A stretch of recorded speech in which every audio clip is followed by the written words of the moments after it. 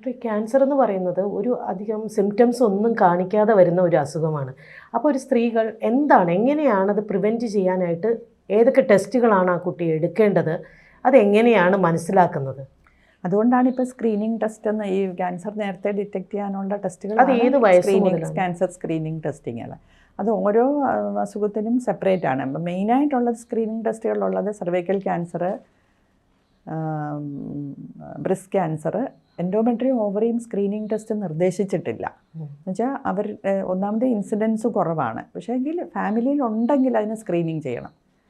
Family high risk ആൾക്കാരെന്ന് പറയാം അവരെ, ഫാമിലിയിലുള്ളവർ, hereditary ആയിട്ട് എന്തെങ്കിലും ചാൻസ് ഉള്ളവർ, അല്ലെങ്കിൽ ഇപ്പം തന്നെ ഡയബറ്റീസ് ഉണ്ട്, ഹൈപ്പർ ടെൻഷൻ ഉണ്ട്, ഈ ഇങ്ങനത്തെ മെറ്റബോളിക് സിൻഡ്രോം ഉള്ളവരിൽ അവരും സ്ക്രീനിങ് ചെയ്യണം. പ്രത്യേകിച്ച് ഡയബറ്റിക്കൊക്കെ പ്രൊലോങ്ഡ് ആയിട്ടുള്ളവർ യൂട്രൈൻ ക്യാൻസറിന് സ്ക്രീൻ ചെയ്യുന്നത് നല്ലതാണ്. Watch full video on ABC Malayalam Doctors.